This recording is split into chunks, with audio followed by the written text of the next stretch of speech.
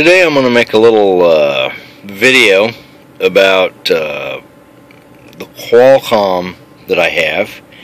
As you can see, it's got a color capacitive touch screen, which that's all well and good, and it's got this integrated chiclet style keyboard. The problem with this, it's got a very slow processor, and it's running an embedded version of Microsoft Windows. I don't know, you can see the little start button down there. That's an embedded version of Windows.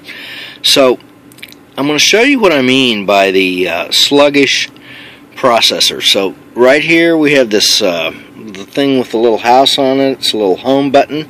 So I'm going to press that. So I've pressed it. Okay, now we went back. You saw how there's a lag. Went back to the home screen. And so then we have what we call hours of service. That has to do with the logbook. So I've pressed it, and I'm waiting and waiting, and there it changed.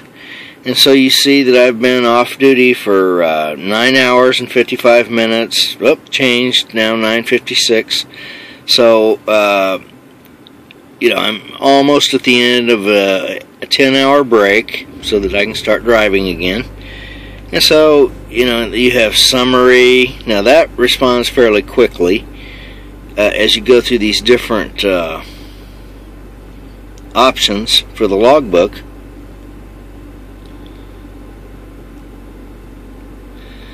But then if I go back to the home screen, so I press the button, waiting, okay, then there are the messages, and that responded fairly quickly. Now if I go to create a message,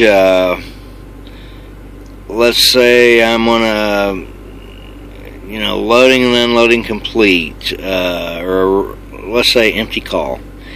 So if I have to, you know, I press this button over here, and it has to kind of take its time, and there it is. So the message pops up. So it's depending on what you're doing with the thing. So let me cancel that.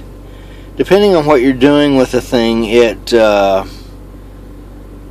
can be even more sluggish, and it's you know, so you can imagine if you're actually trying to do real world stuff with this, it can be a